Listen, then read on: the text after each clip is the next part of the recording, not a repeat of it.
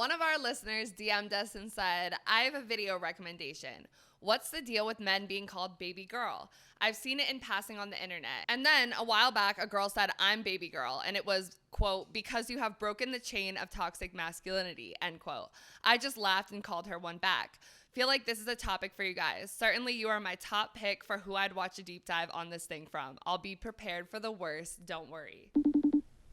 Bitch, what I was trying to say is this situation got me so wet and so dry at the same time. Exactly.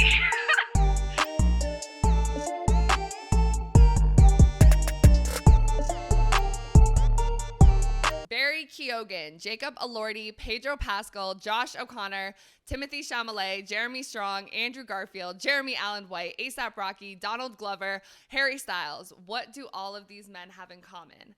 They're so baby girl, our little meow meows, soft boys, maybe even an ever so submissive and breedable. While the conservative right continues to champion some macho version of Andrew Tate masculinity, the girls on the left are begging for sweet, soft baby girl auras in their men. But this presents a confusing dilemma for many young men. What does it mean to be masculine? Is the antithesis of toxic masculinity embracing femininity and softness? If so, how do they deal with the constant patriarchal pressures to be tougher, stronger, and more protective? Or is this all just rooted in gender essentialism? Talking about baby girls and simps may just seem like silly little memes and fandoms and internet crushes, but it reveals much more about women's deepest desires, men's constant battle in their own gender identity, and the dating scene. In this episode, we ask, why do women want submissive and breedable baby girl men? And what does this mean for the modern man? What's up, bitches? Welcome back to another episode of So Wet, So Dry. I'm one of your hosts, Autumn, like the season. I just took my first meditation and sound bath class recently, and I work in entertainment. And I'm your other host, Fiji, like the island, like the water. I just got off work at the bar. Shout out to everybody there. And I work in social media and marketing. And guys, it was Autumn's birthday on Tuesday. So everybody comment, happy birthday, Autumn. Woo, Taurus season. So what is a baby girl man? Hi, I'm Jacob Elordi, and I'm hosting SNL this week with Renee Rapp. Renee, you were so right. He is so baby girl. I know, that's what I said. He's so baby girl. Me, I'm a baby girl. So what's Renee? Oh, I'm mother.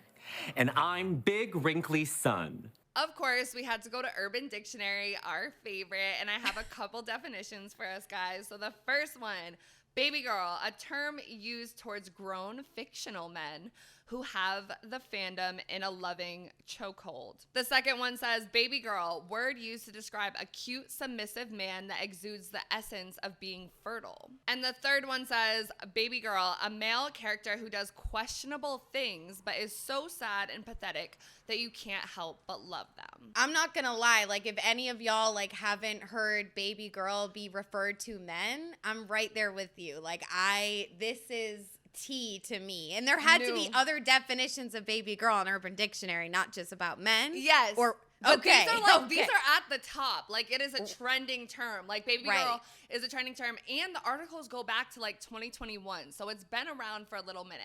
I've seen it on TikTok to describe Pedro Pascal, but like I don't know about him that much, so like I wasn't really I do hip. a little bit. Okay. Typically a lot of queer women are into Pedro Pascal. Yes, and a baby girl man usually exudes some sort of bisexual energy a little bit as well, which is why a lot of women like them. No, Pedro Pascal is daddy for sure. I don't Especially really know. in The Last of Timothy, Us. I last time a listener said I said Timothy it Chalamet.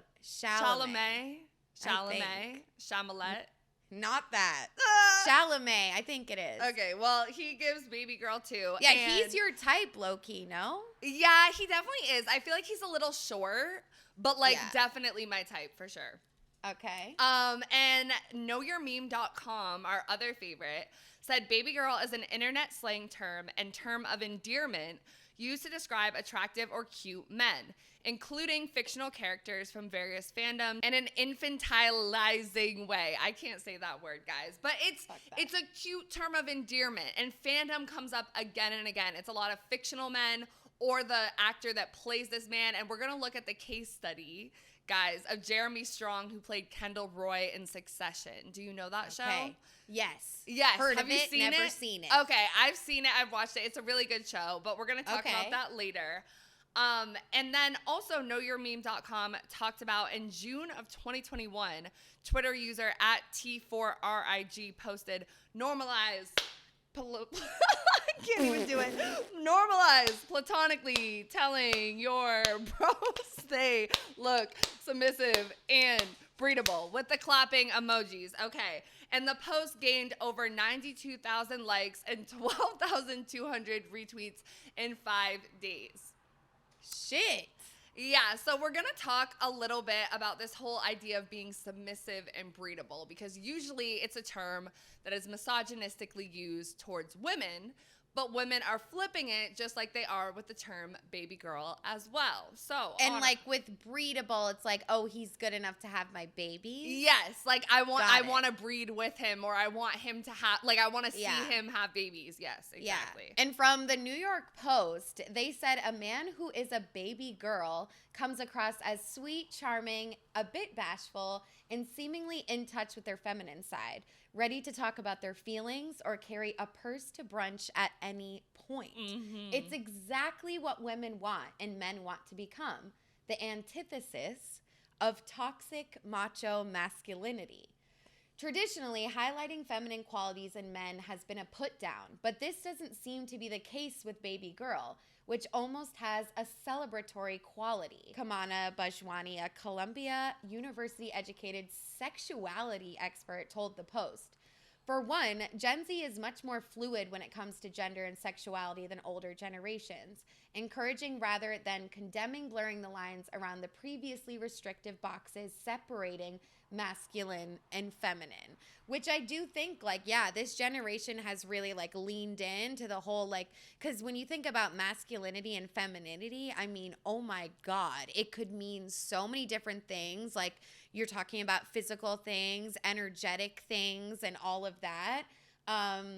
But yeah, I mean, it makes sense why this baby girl thing like happened now, like, or in 2021, like in this sort of era. But I just feel like with the gender shit, things just always flip. Yes. So it's like, you know, women want the breadwinner, super hard, don't cry. And now it's like, you know, like it's always just flipping. And it's both right now in a weird way, because you do still have a camp of women that are like, oh, like men should be building houses, men should be doing this, like men should revert back to toxic masculinity, as we see a lot of men embracing, you know, a non-macho type of masculinity. So we have both still going on. But very polar opposites. It's like, where's the middle ground? Right. Exactly. And then we also have this article called The Rise of the Soft Boy in fashionjournal.com. And soft boy is also a term that coincides with submissive king, baby girl, submissive and breedable. All of these terms kind of used to describe the same type of man. And they say there's a new man in town, and he's sensitive, intelligent, creative, and well, soft. Of course, I'm talking about the soft boy. The soft boy is the new decade's response to toxic masculinity and the hashtag #MeToo world. And then it goes on to say, like, think of Harry Styles in a sheer ruffled blouse and pearl earrings at the Met Gala. Think Timothee Chalamet. I'm not going to say it right, guys. I don't know. And a floral hand-painted suit on the red carpet. Think Donald Glover and a bright red satin button-down. And obviously it's talking about a lot of fashion, because this is the fashion journal. And we see that a lot too. It's not just to describe their personality traits, but it's also in how they embrace their femininity or non-toxic masculinity in carrying a purse or wearing jewelry or a blouse or a skirt. So I think Young Thug could fall into this category as well. Right. But they go on to say, the soft boy is the heartthrob who cares, who listens, who waxes lyrical about philosophy and poetry and feminism. He is the one who orders a fruity cocktail at the bar because he's so comfortable with his masculinity. But I'm just like, is femininity just florals and fruity drinks? What is femininity? Exactly. Right. And why are we celebrating that he wants he wants a fruity drink. He's a human. He might Remember like that fruit. one episode we did where it was like this was Oh, a no. long time ago.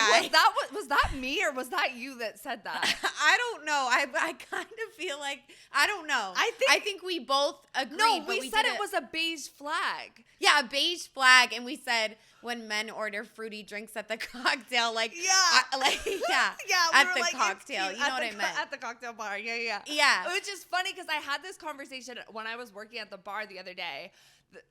Someone at the bar was like, "Is it like too pussy to drink a drink with a straw?" And I was like, "Whoa." See? Like, okay, if you drink a beer with a straw, I'm judging anyone, yeah, that's regardless of weird. your gender. But to drink a drink with a straw, but that is patriarchy, that is masculinity, that is like to drink with a straw.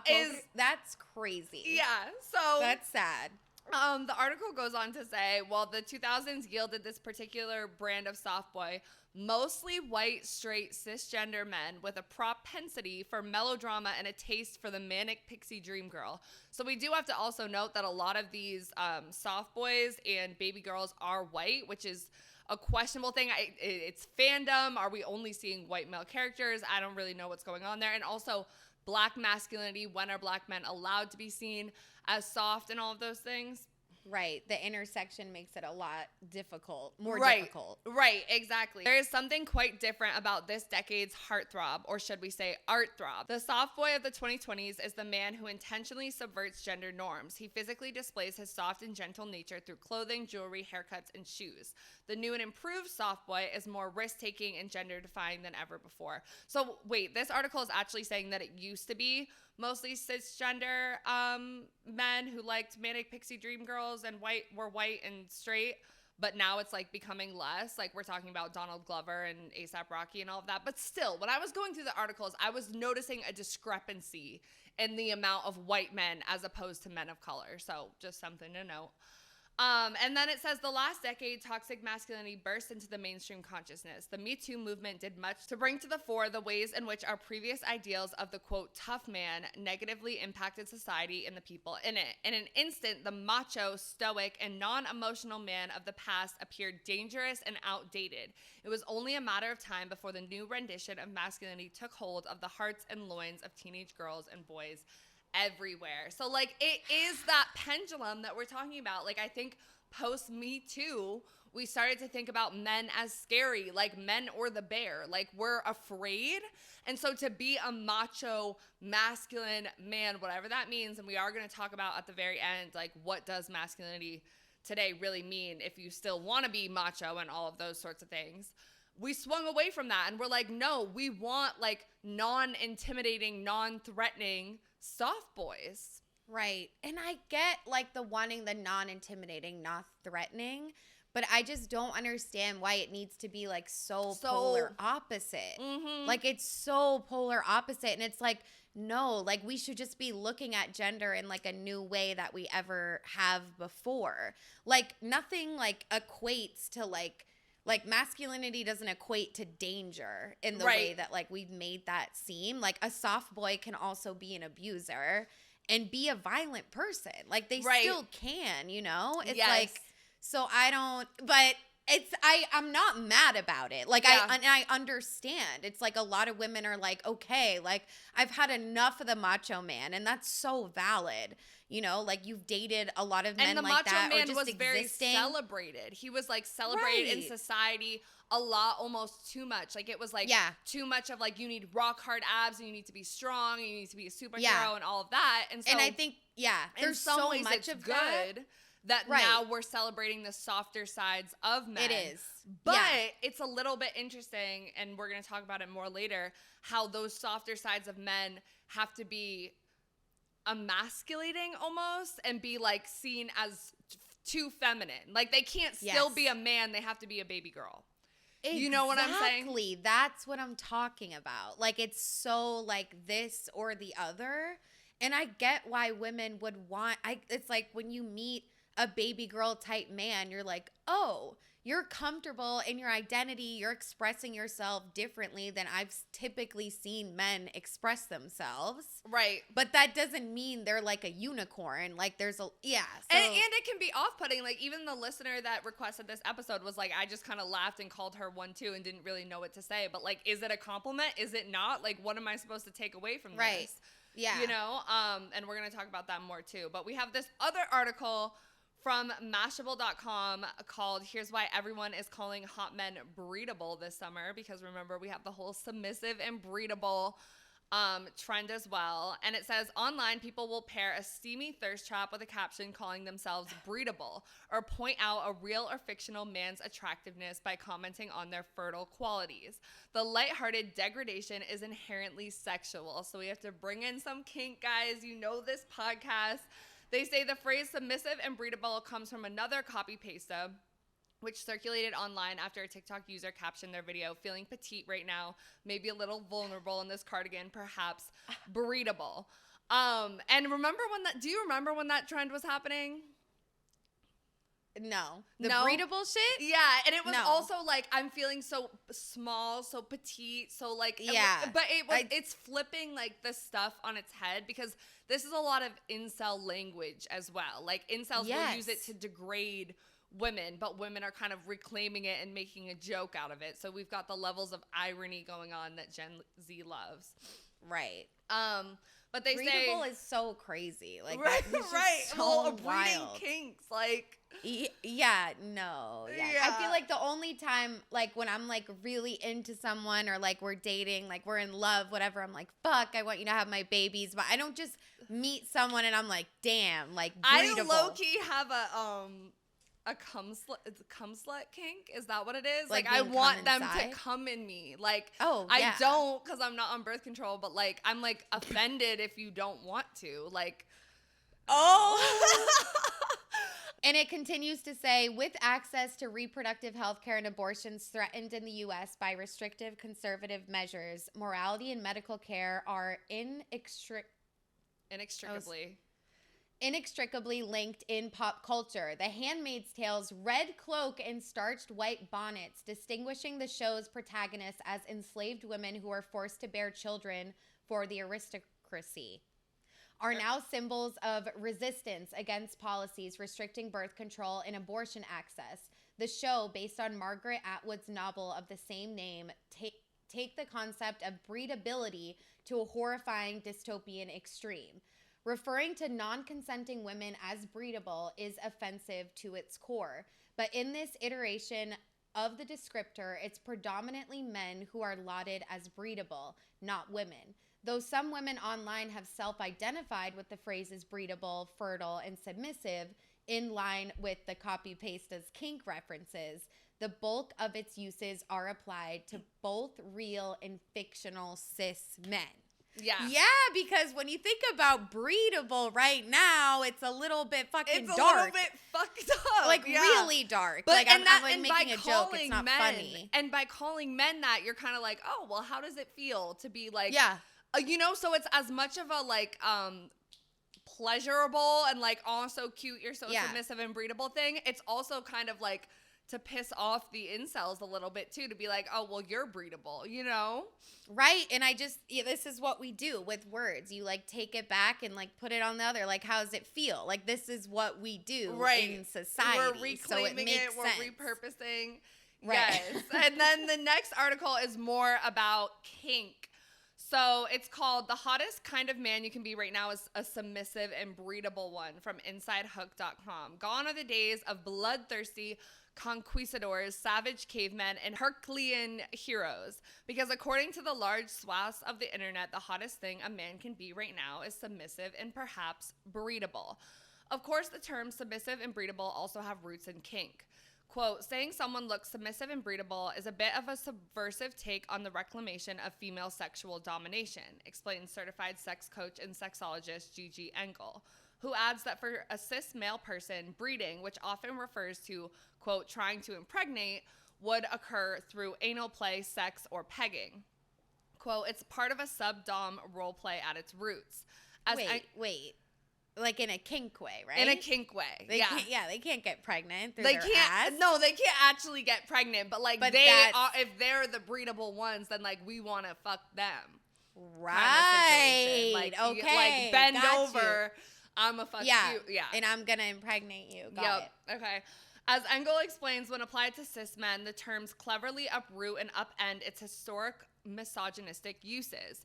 It's submissive language that subverts misogynistic language that has been geared towards cis women in the past, now towards a cis male person, or any male person, really. It's usually geared towards someone who enjoys humiliation in BDSM and prefers really strong, punishing dom, she says. Also, women aren't, quote, supposed to say such objectifying things. We're meant to look pretty and be objectified. So I'd say there's a lot of power grabbing in that respect as well.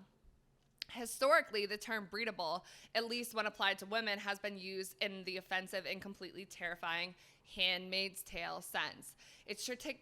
Its traditionally dark connotations, as Sung writes, can expose those unfamiliar with the current meme copy-pasta and its popular usage in various online spaces like queer fan fiction circles to harassment. Fan fiction is celebrated as an outlet for exploring one's sexuality and gender expression, but the breedable trope also exposes people to harassment from those who don't understand the context, particularly those who aren't cis men, Sung writes. And very online fandom circles referring to men as breedable is a subversive acknowledgement of their physical appeal. When applied to women and taken out of context, it's fodder for unwelcome interactions because of the word's misogynistic association.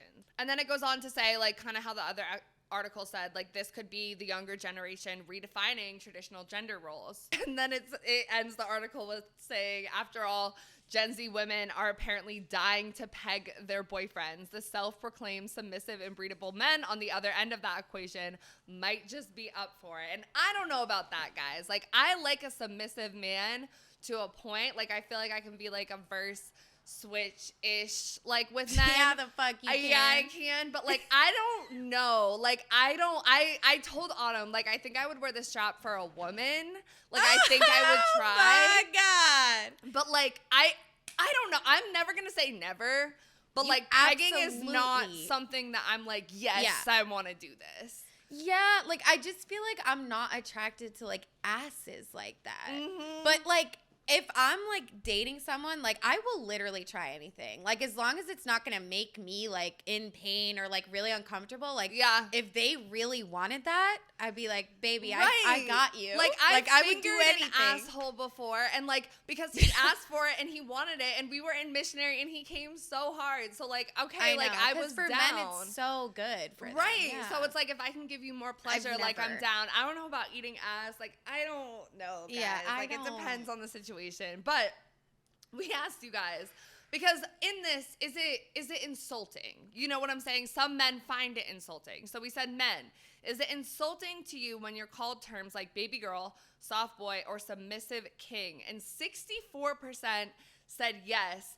36% said no, and one listener said, I like baby girl, but not the others. So it's like, the guys aren't really with it. They're like, why the fuck are you saying these things to me?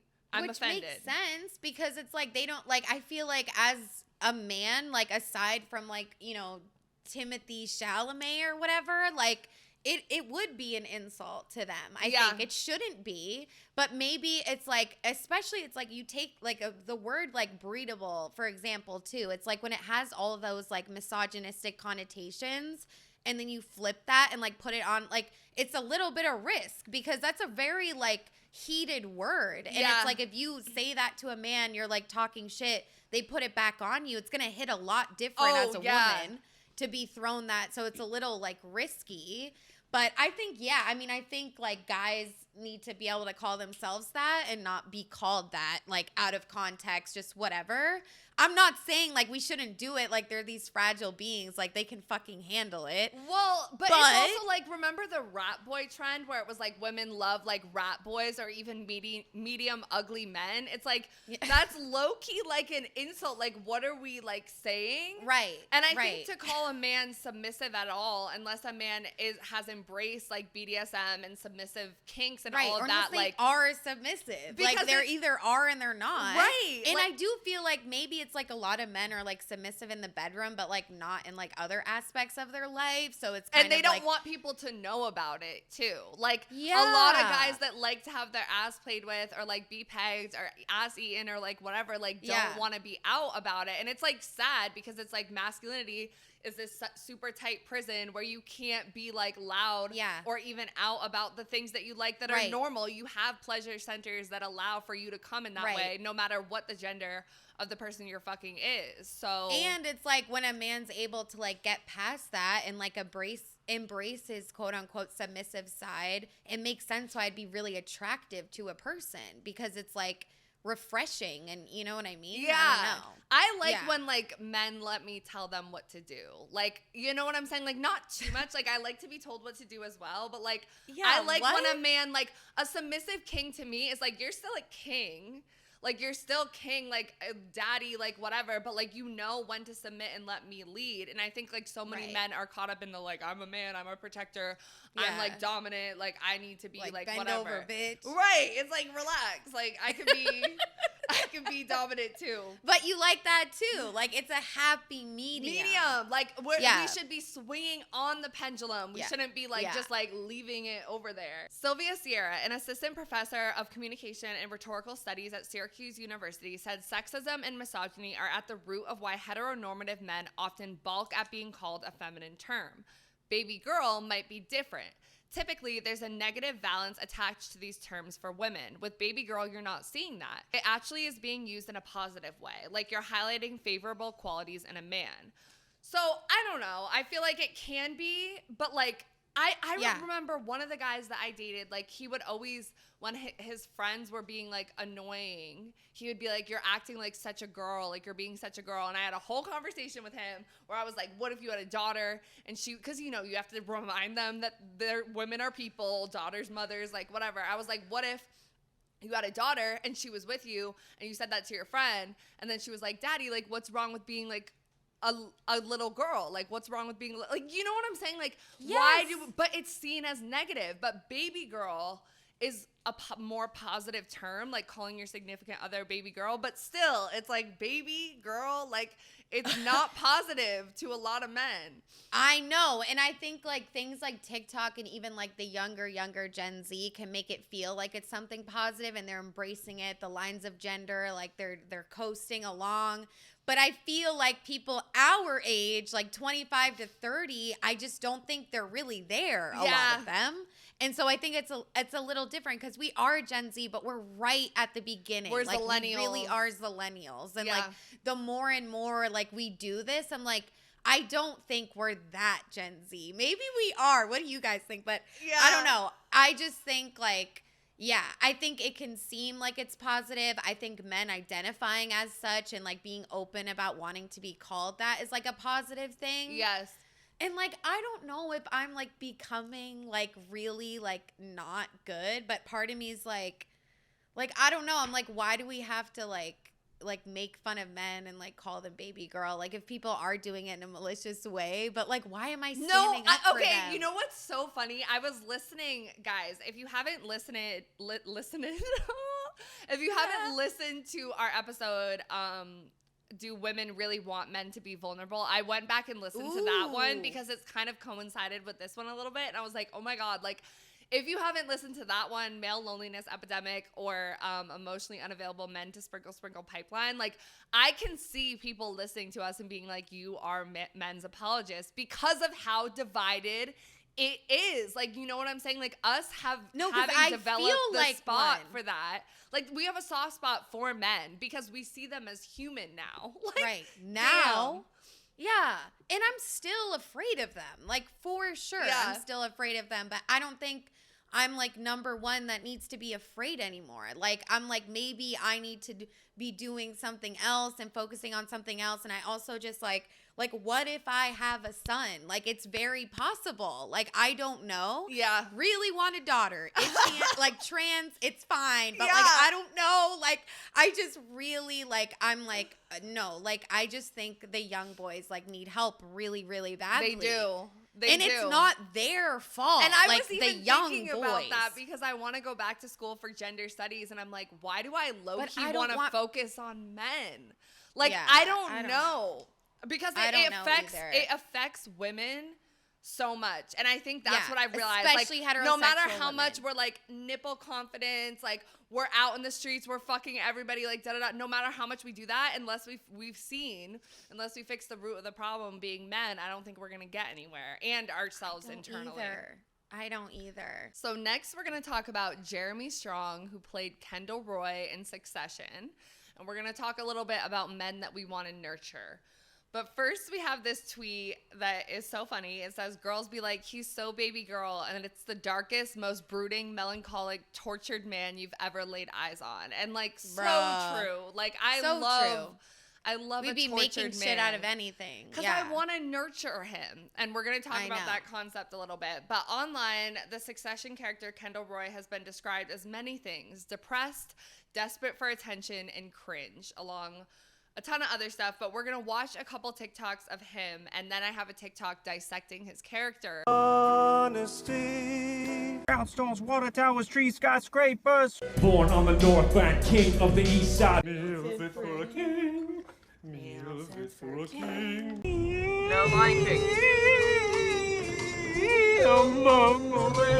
Yeah, could you? I just want to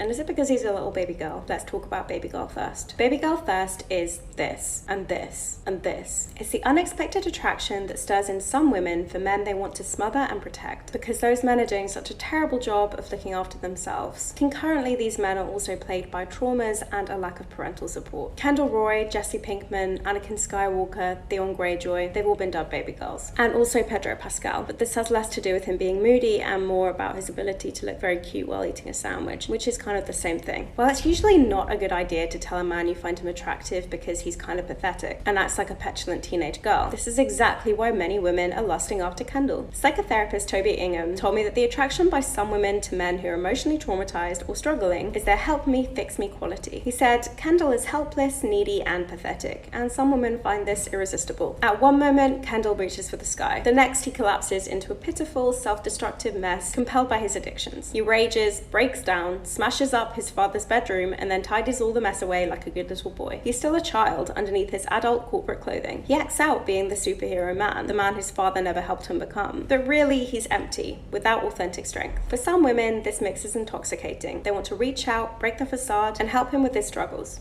Okay, this is where it gets a bit weird. He said they want to gather him up, press him against their breasts, and have him feed there. The more they hold him, the more they think they'll grow themselves. They want to mother him and love him. So yeah, psychotherapist confirmed there's a lot of Freudian stuff going on in your attraction to Kendall. And regarding that use of the word baby girl to describe middle-aged men, Toby said, calling a middle-aged man a baby girl implies he's not yet become a man. Some women may be attracted to men like this because they think they could be the woman to help them grow, develop, and become the potent men they could be. Cute. Wow.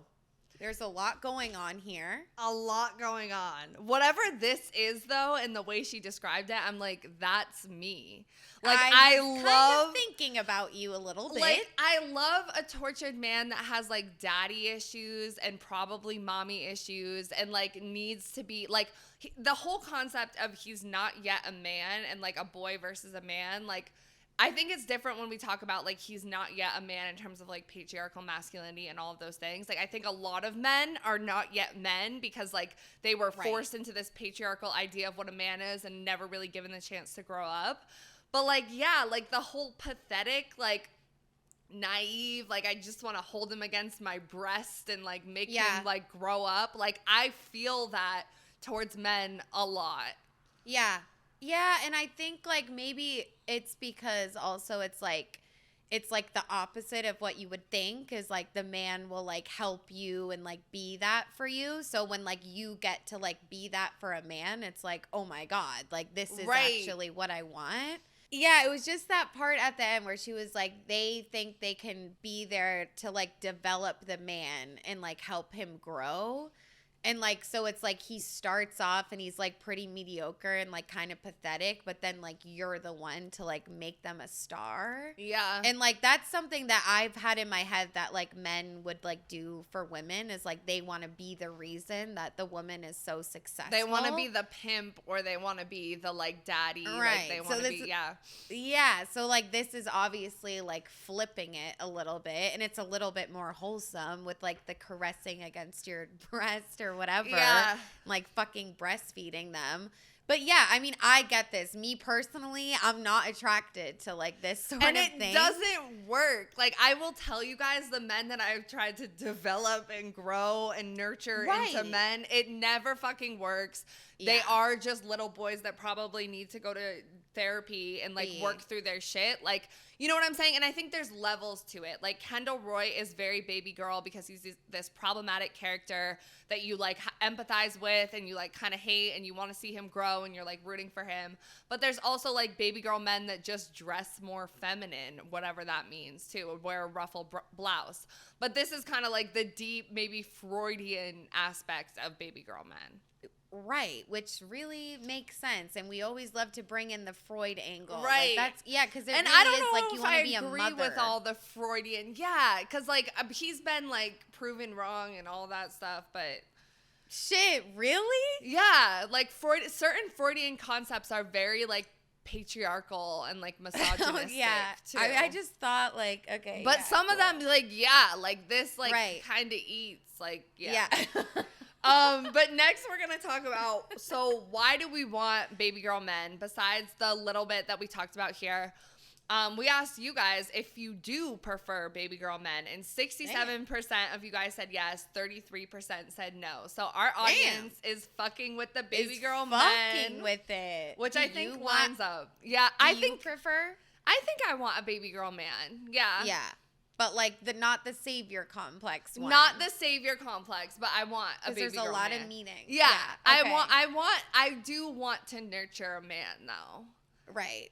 Like in certain ways. Like not in a like I'm gonna make your lunch every day and like da da da. Like I don't want that. But I want to be able to be like, you can be like soft with me and open up, like those sorts of qualities. Like the way that because of patriarchy, it's like harder for men to like lean into those sorts of things. Right. It's not the like make me a sandwich and you're like taking care of him doing his laundry. Right. It's like the emotional nurturing and like just the ability to like, because it's like, if you've been with a really macho man that has so much toxic masculinity, it's like you can't really talk to them much about anything that you'd be able to relate on because they're so on planet and isn't it Mars. Funny how like the macho men that need you to make them a sandwich and like whatever are more like baby-ish, you know, they're like low key so fucking pathetic. Because whereas they just, I see like went vulnerable men as strong. Yeah. Yeah, they didn't use that, like they didn't break out of that. That makes you actually pathetic. Right. But here's some TikToks of girls saying that they want submissive and breedable men or baby girls. I don't need a macho guy. That's not what I need.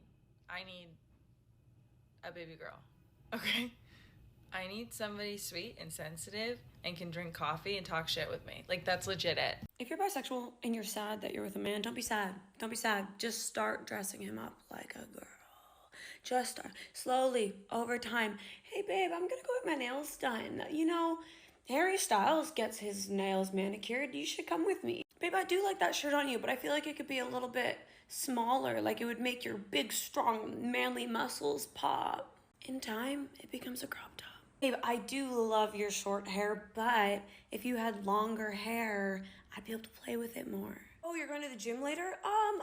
Did you know that Cristiano Ronaldo does Pilates?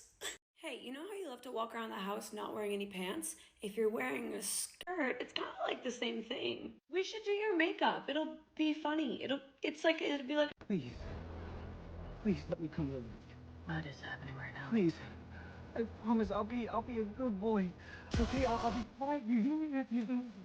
I promise. Okay, I don't care if you're a biotic.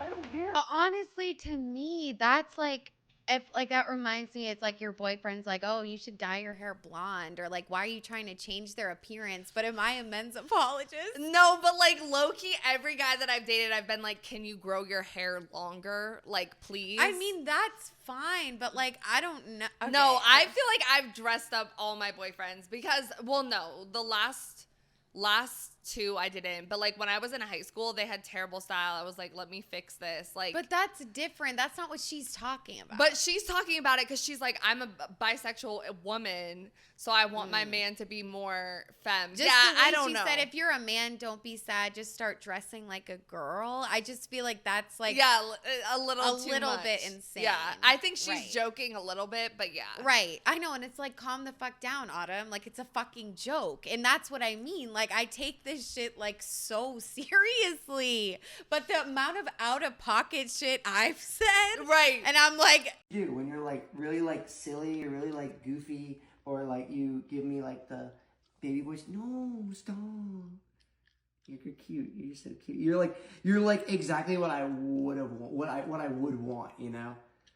Like, I love you so much. What do you love about me? I love everything about you. You're like the little, like, you're like perfect to me. I love you so much. Yeah, but like what specifically? Oh, there's so many to choose from. I love your hair. I love the way you walk.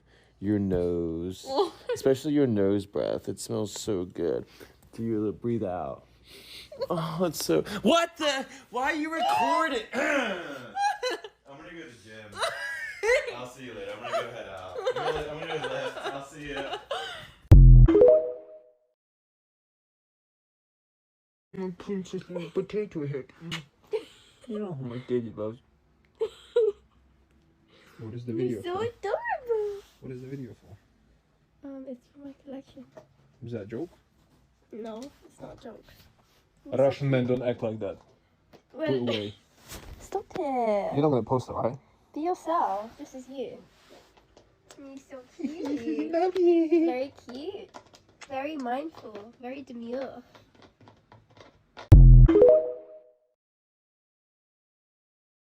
no, yeah, like that was really, really cute. I feel like they're just like acting like lesbians, but like because they're straight, it's like a really big deal. Like, right, and because I know they never like, let it down, like their hard side. Yeah. But I'm also just like, because this recently like happened, like I was out with my mom and one of her friends, and her friend randomly ran into someone she went on a date with last night, and she was like freaking out. And then after we all met, she was outside and she was like, oh, like, what did you think of him, looking at me? And I was like, I mean, like, he looked me in the eyes when he said hello. And she was like, girl, the bar is so low. The bar is in hell. In the eyes. But it's like, I'm like, I would be like, oh my gosh, like your boyfriend should always say that. But it's like in reality, like it is harder like for men to like really act like that, because not even like they're insecure, but they have this like maybe false belief that their girlfriend isn't going to want them as much if they like are always acting like that and just be like, oh, like whatever. But really, it's like that is really, what a lot it's of like a girlfriends fucking want. like trophy for us. Like what I love, like when you let like a man lets down his like hard side and like is able to be like soft with you, because it's like, oh, you feel safe with me. Yeah, you're like comfortable. And I remember one of my exes told me one time, because I would get mad, he would like fall asleep like after we fucked or like when we were in bed or whatever, and he was like, no, like that's like a compliment that I feel comfortable enough to like fall asleep like around you, like when like in the middle of a conversation, like whatever, because he was like, otherwise I would be like on alert, like I'm not just gonna fall asleep like anywhere, like da da da da.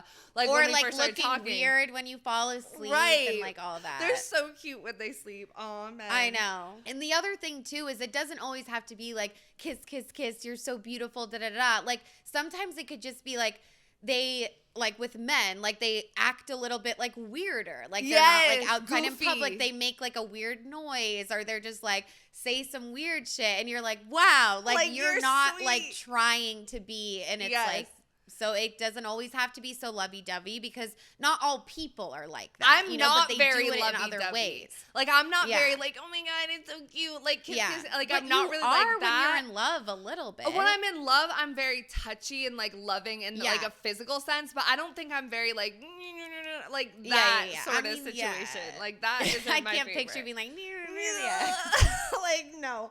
But we asked the men that follow us, if you guys date women, do you feel like they want to see your soft/submissive side?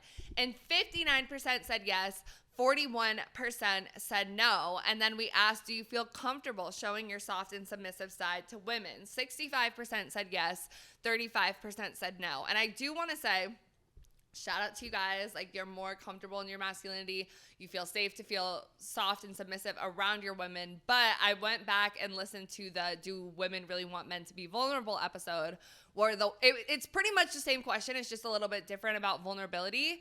And most men said that no, they don't feel like women want them to be vulnerable around them or like open up and all of that, and they don't feel safe to. Right. So I think the wording of the question is a little bit different, like depending on the polls that came before this. But I think a lot of men do struggle with this, especially in the beginning of a relationship. Yeah. I think it's this weird thing too, where it's like maybe some men like think like women might think they want them to be vulnerable, but the man's like, if I'm actually vulnerable though, I don't think she's gonna like it. I don't think it's gonna look like how. But I don't think that's true. I think she just wants you to be your authentic self and whatever that vulnerability is. Right. But yeah, I mean, I think that we have a lot of like queer, I mean, they listen to our podcast. Yep. So they, you know what I mean? So that is great. But I think like, in even just thinking about sprinkle, like a lot of women do not want their men to be vulnerable, and they verbatim say that. And like when those TikToks are going viral, it's like a chain effect, and then every woman's like, yeah, you're right. Like even my mom's friend, she was like, I'm dating for money right now. Like a lot of older women generations, they're like, I'm not fucking around. Like I've been around the block, I've built up men. I don't want to build another man. This isn't Build and a Bear, she just got out of a Builder. relationship with someone that was like poor and like maybe not as motivated. So that happens too. And you're like, I'm never doing that again. You would think I would be like that, but I just can't let them go. Well, I think you're just a Pisces, you're romantic. I know. Like at the end of the day, like I think, and I'm the same way. Like I'll take someone as they are. But honestly. you still want a man. I feel like that's I feel like when you want a man, you prefer more of a but you like dominant like energy in general. No, I do not want a submissive man ever. Yeah.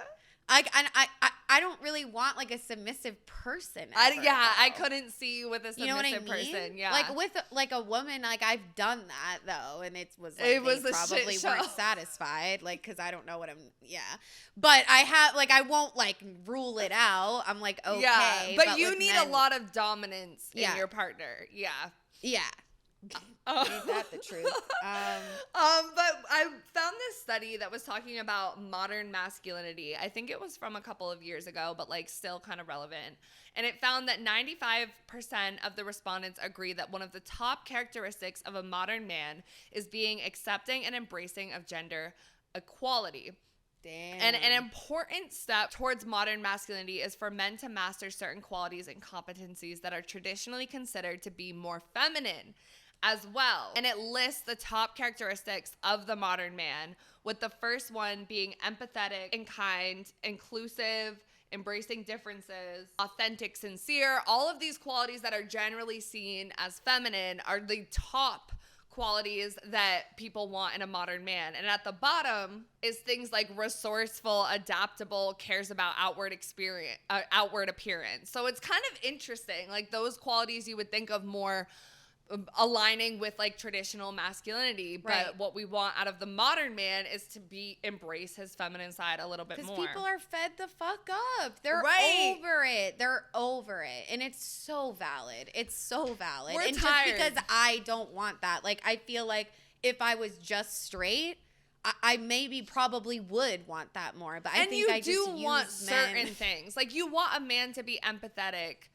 Yeah, ideally. And kind and sincere in certain things. Like you want him to like emotionally intelligent. Yeah, like when you're crying or when you're upset or whatever, you still want your partner to be like, I get where you're coming from, like all of those qualities. You just don't want them to be like overly like need your help and assistance. And, You like, don't want to call them- nurture like, them. I call them baby girl. Like, Yeah, that's not happening. not happening. But this other study from Bumble actually found that about 31% of American men have actively changed their behavior to become more vulnerable and open with the people that are dating. Also, men are now more comfortable showing who they are emotionally, their authentic selves, and letting their personalities shine through instead of putting up barriers or worrying about being too emotionally expressive. And for a quarter of men, 25% globally, this newfound openness has had a positive impact on their emotional state, Bumble reported as well. Bumble. So it's good for dating if men are more emotionally, present, available, empathetic, all of that stuff. And do you think like this is gonna cause some like men on men hate in terms of like, because I'm sure it does. It's like if straight man that's like feminine, maybe more presenting, whatever the fuck that means, quote unquote, and a guy's like, oh, like the F slur, like you like to be called baby girl, like that's gay, and like associating like the femininity and gender expression with sexuality when they don't have anything to do with each other. They don't have anything to do. And yes, we are going to talk about that towards the end of the episode, how those men are very opposed to like baby girl men. Right. Because I'm all like, oh, like women, don't make fun of them, blah, blah, blah. Right. But I'm sure that it's like really the hard hate is like what men do to each other too. Exactly. Because if a man is this way around a group of women,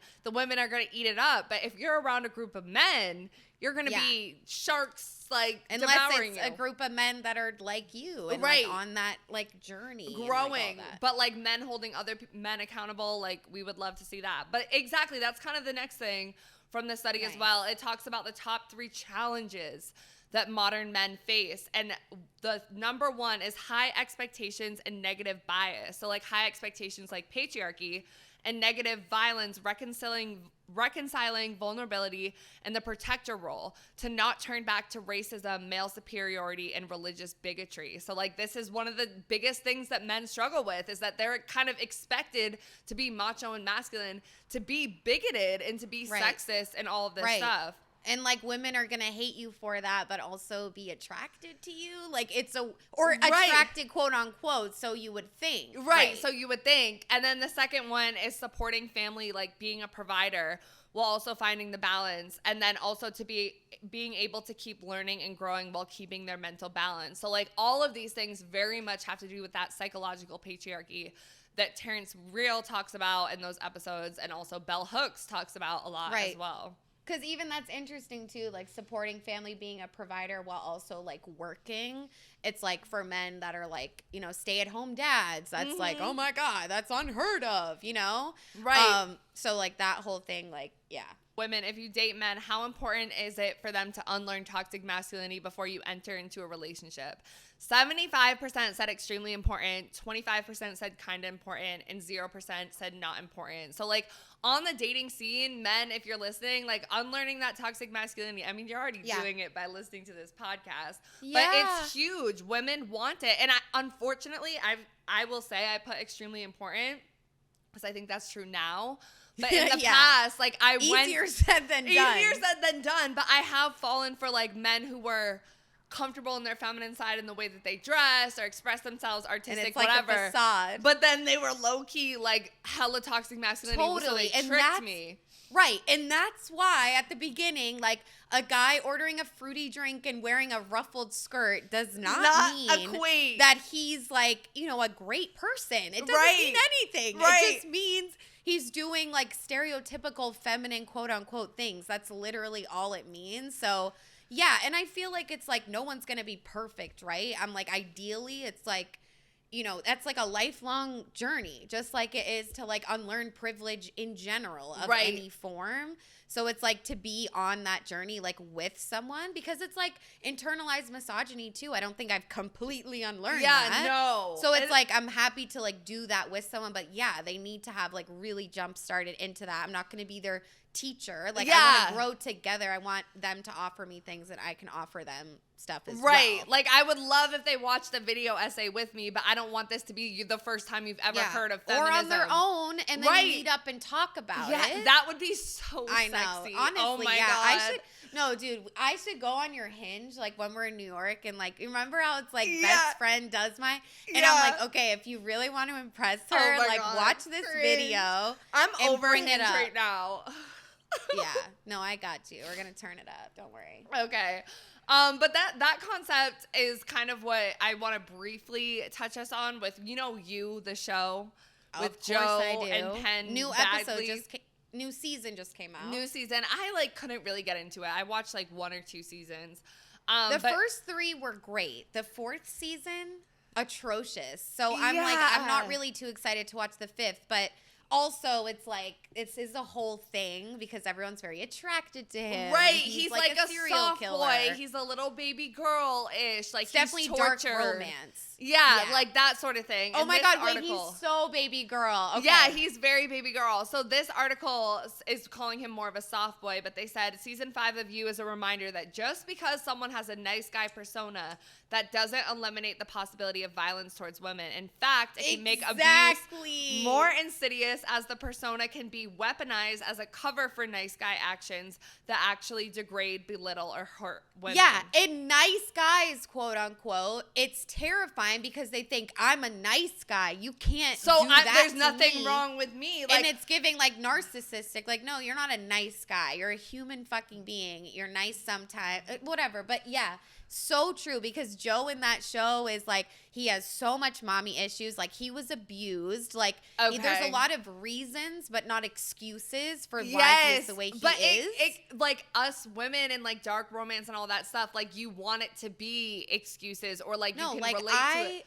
When I first watched that first season, You I loved was like, him. and it's disgusting. Like, I it's know. horrifying. But it's like, that is like that internal shit that we need to work through.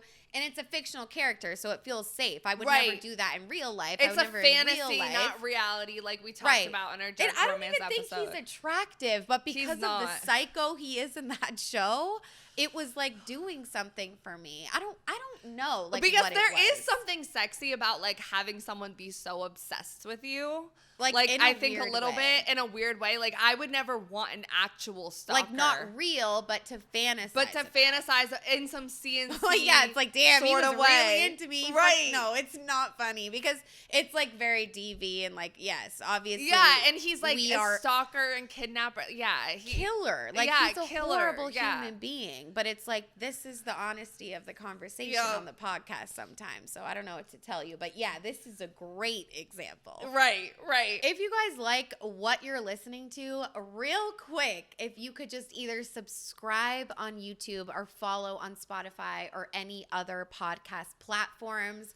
It would mean so much to us if you guys could give us a rating on Spotify or Apple. You can just do a star rating on Spotify, maybe written on Apple if you're feeling it.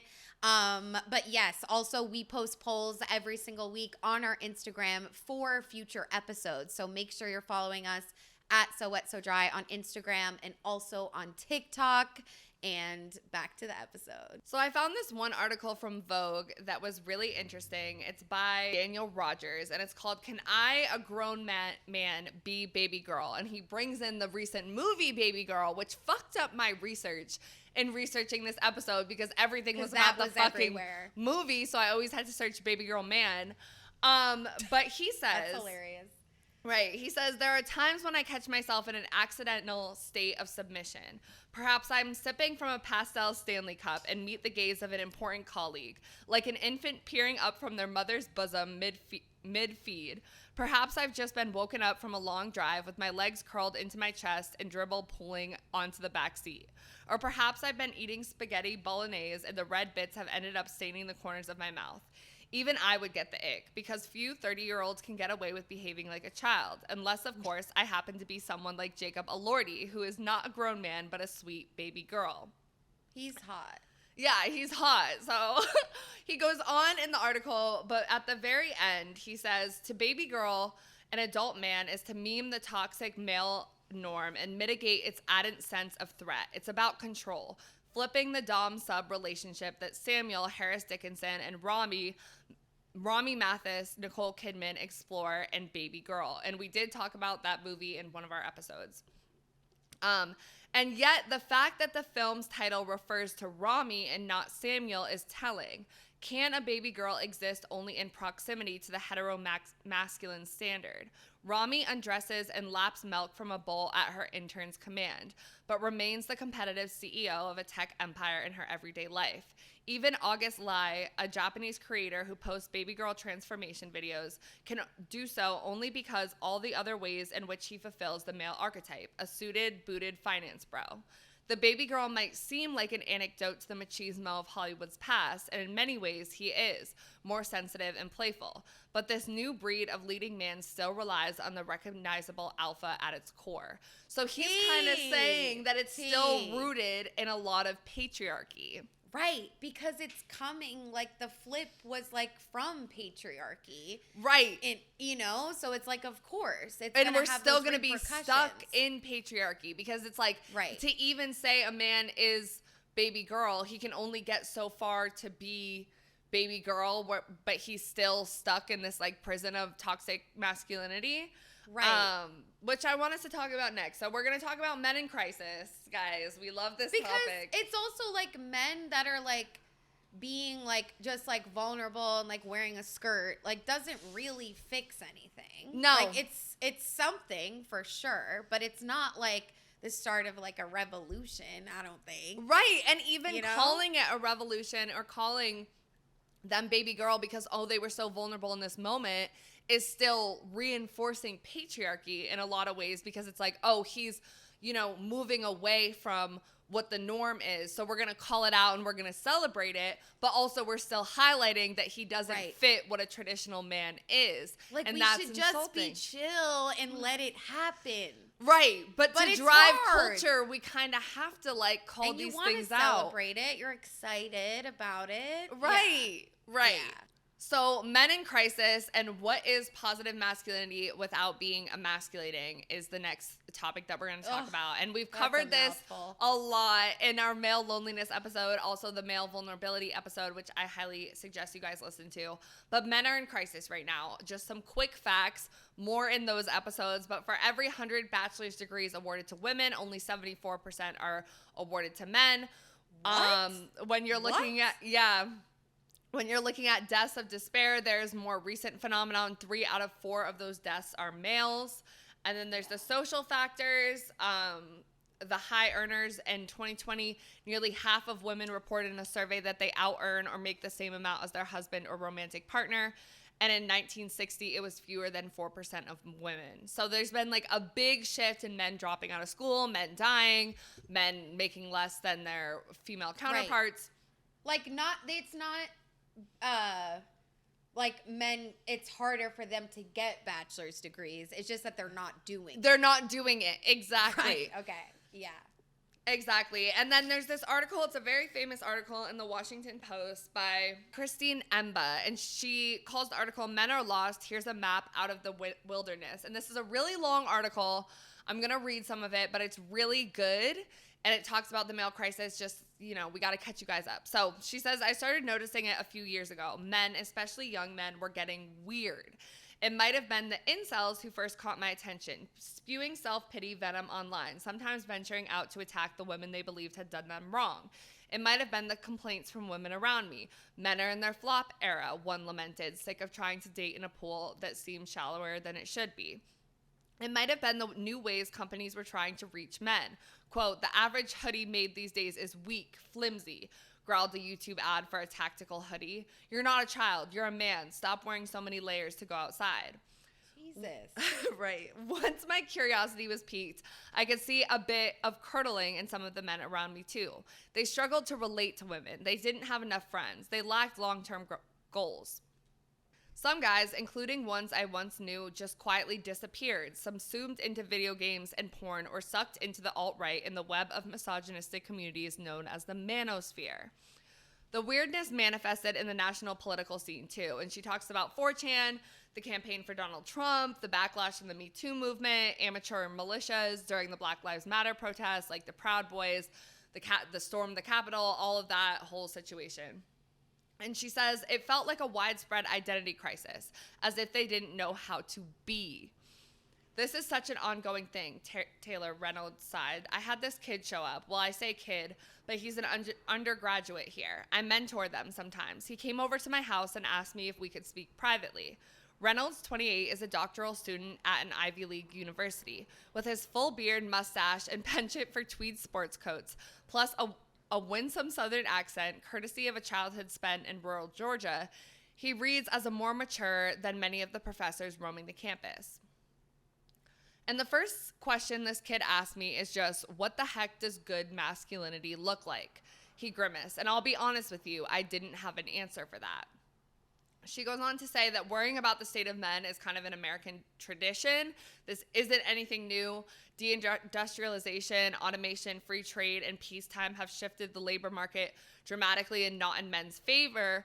And the need for physical labor has declined while soft skills and academic credentials are increasingly rewarded, which leads to more women going into the job force than men. And then in the dating pool, a growing number of women are choosing to create families by themselves. With the help of reproductive technology, women are increasingly selective, leading to a rise in lonely single young men. And then she also talks about suicide, alcohol abuse, overdose, and 3 out of every 4 of those deaths are men. And then she says, while past models of masculinity feel unreachable or socially unacceptable, new ones have yet to crystallize. What are men in the modern world? What do they look like? Where do they fit? There are social questions, but also ones with major political ramifications. Whatever self-definition men settle on will have an enormous impact on society. Yet many people, like Reynolds, hesitate to be the one to outline the new standard of manliness. Who are they to set the rules? And then she went to a Jordan Peterson event, which we know Jordan Peterson is one of the main figures of the manosphere, to try to kind of figure out like why so many men are drawn to him in this modern time period.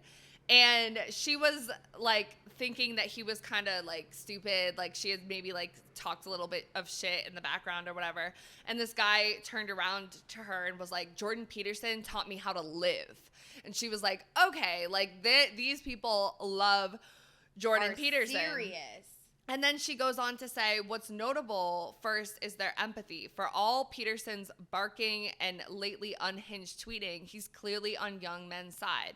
He validates his followers' struggles and confusion. He also tells them why they're still needed and why they matter. No, it's not just you. School is tailored to girls. Yes, it does suck that a house and a family feel so out of reach. You're right. It is harder to be a man these days.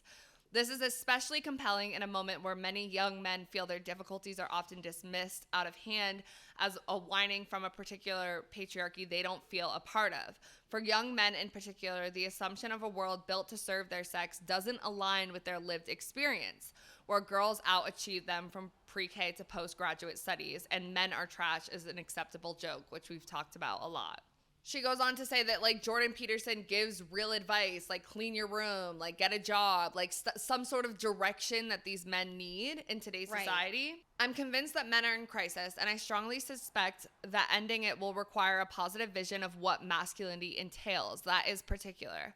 That it is neither neutral nor interchangeable with femininity. Still, I find myself reluctant to fully articulate one. There's a good reason a lot of writing on the crisis in masculinity ends at the diagnosis stage. And then she talks to a guy that would kind of consider himself like a little bit more liberal, and he says, where I think this conversation has come off the tracks is where being a man is essentially trying to ignore all masculinity and act like a woman. And even some women who say that, they don't want to have sex with those guys. They may believe they're right and think it's a good narrative, but they don't want to partner with them.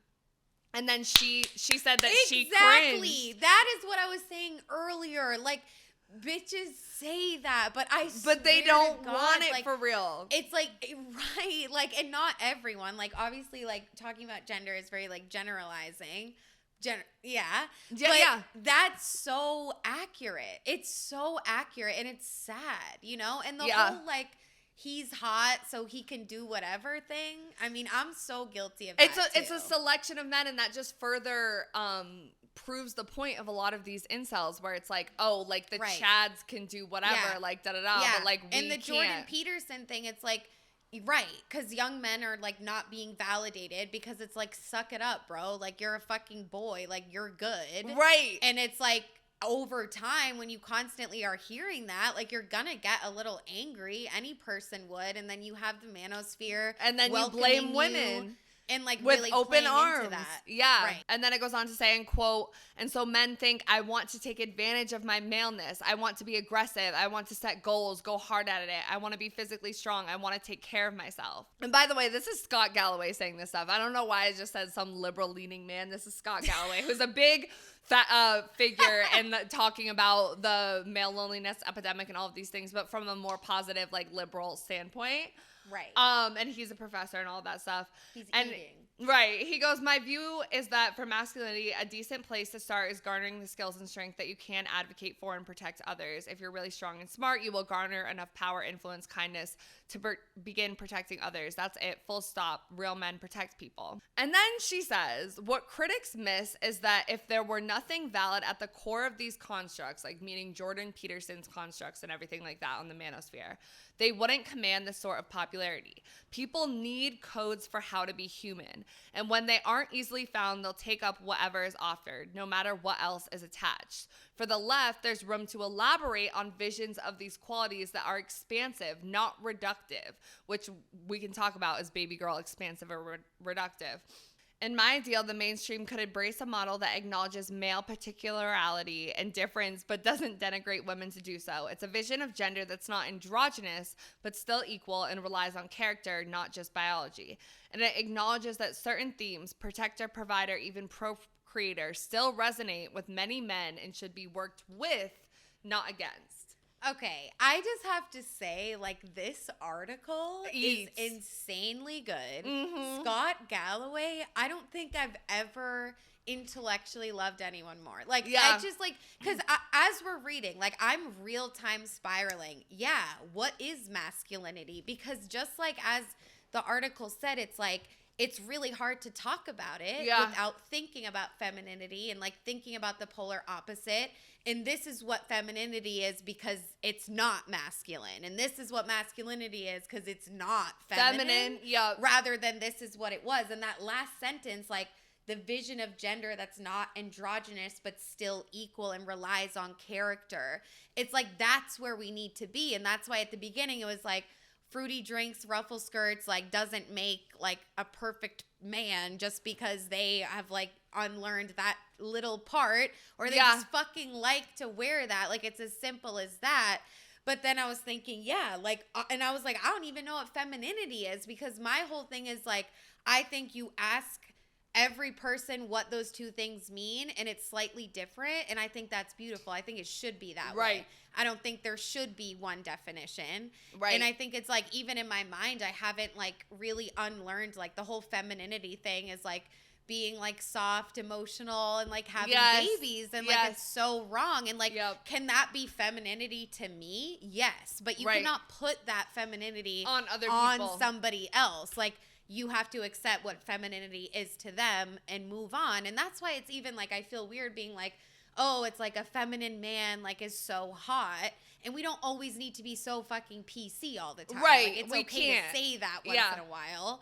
But it's like, at the end of the day, it's like, well, what are we saying, though? And is it more harmful? Because by calling a man baby girl, are then we just reinforcing that, like, you have to be inherently feminine to be, like, emotional, sensitive, any of those things? Or can those also be qualities of masculinity too? And I think they can be. I think a man unlearning patriarchy and being vulnerable is really sexy and really masculine. And if they want to call that feminine, that's fine too. But it doesn't need to be feminine. And the whole part about, like, expansive versus reductive, bitch. Like, I want to get that tatted. Yeah, like, that's literally expansive or reductive. Like, bro, that's so good.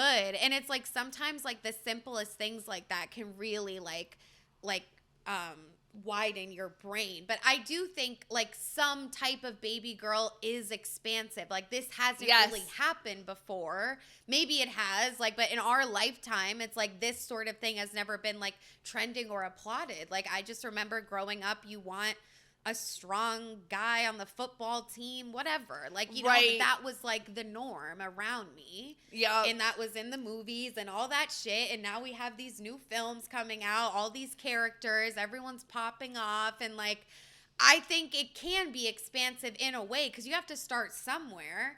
But I think the way we talk about what's happening is really important, and like recognizing that this is a little bit reductive too. Yes. Because like, what are we really saying if you really think about it? And just like, what is, because femininity and masculinity cannot have a universal definition. Yes. It just can't. Like, you're gonna hurt someone's feelings. Like, even like with like women too. I'm like, they're like, I'm masculine, blah, blah, blah, but I still never want to put that on them. I'm Right. like, I just want to check in. Like, do you want me Do to you like like say those that terms? to you? Or is it just okay when like you talk about it with yourself? Right. Because you know what I mean? And it's like, I think everyone should look at it like it is a sensitive thing. Like, gender is a really sensitive thing. And I think like, I don't know. Yeah. So this is incredible. And the expansive reductive thing too, it makes me think of like, I had seen this TikTok recently about, and we talked about Gen Z humor is very ironic. It uses meta irony where it's like a layer of sincerity and a layer of irony and then multiple layers. And I had seen a TikTok recently that is like, where do we go next? Because only so many people have the like knowledge or background where they can understand levels of irony and how Babygirl is ironic. And if you don't, and it's not for real. Right. And it's not for real. Even the I'm just a girl thing to an extent, it's like reclaiming it. There's levels of irony going on where it's like, if I say I'm just a girl to one person, like I'm meaning it as a joke versus another person might take it a different way and be like, oh no, she wants to just be like just a girl. So it's like, how many layers of irony can we go before we need to unpack these things and talk about these things? Yeah. Otherwise it becomes reductive. Right. Exactly. Like, I don't think the like baby girl trend and like recognizing like this sort of softness in men. I mean, the whole like they're pathetic, I want to help them angle is not like revolutionary, but like the way that we're like men are embracing that, like they're becoming more vulnerable around women, at least our audience and things like that. Like all those things are really good, but it's the way we talk about it and like calling out that irony, which is so important. Because you're right, like what if you don't know and it's like so serious, and it's like I'm just a girl is really just the counter opposite of like you go girl power of the 2000s, like all those shirts like I'm gonna play sports too, like on the boys team or whatever, and now it's like, well actually I just want to sit down, relax, I'm just a girl. Everything just flip-flops. And honestly, it's depressing, but I hopefully not, and hopefully we get to this androgynous sort of place that he's talking about. But I'm like, what if the macho man comes back in 20 years, and you know, like, I don't want that. I'd rather. I don't want it either. Girl. I mean, it's already we're in a conservative era right now. It's coming like, back. Like we're like in two camps. Like we're very divided. Yeah. But we asked the men that follow us, what area have you grown the most in unlearning your relationship to toxic masculinity? And 46% of you guys actually said in how I express my emotions, which I think is great. 38% said in gender roles and relationships. Only 8% said in how I dress, which I found surprising because I feel like that's actually what it is for a good amount of men. And then only 8% said in my platonic relationships with other men, which I think is huge. Issue that's right the there. issue right there. If y'all can express your emotions to women, great. Yep. You need to do it with your friends. You need to work on those male relationships. Yes. Right. Because I know it's like hard to do it to women. You're like, but also it's like a lot easier because then 5 seconds in you realize, oh, she's accepting me. You know? Even if she's faking it and later she ghosts you, like in the moment. In the moment. But it's it's like the men on men conversations. Like it's just like the white people. Because it doesn't matter. Right. Exactly. It doesn't matter if you're a white person that's like cool and great with black people and then you go back around white people and then you're racist. Like it's the same thing with men.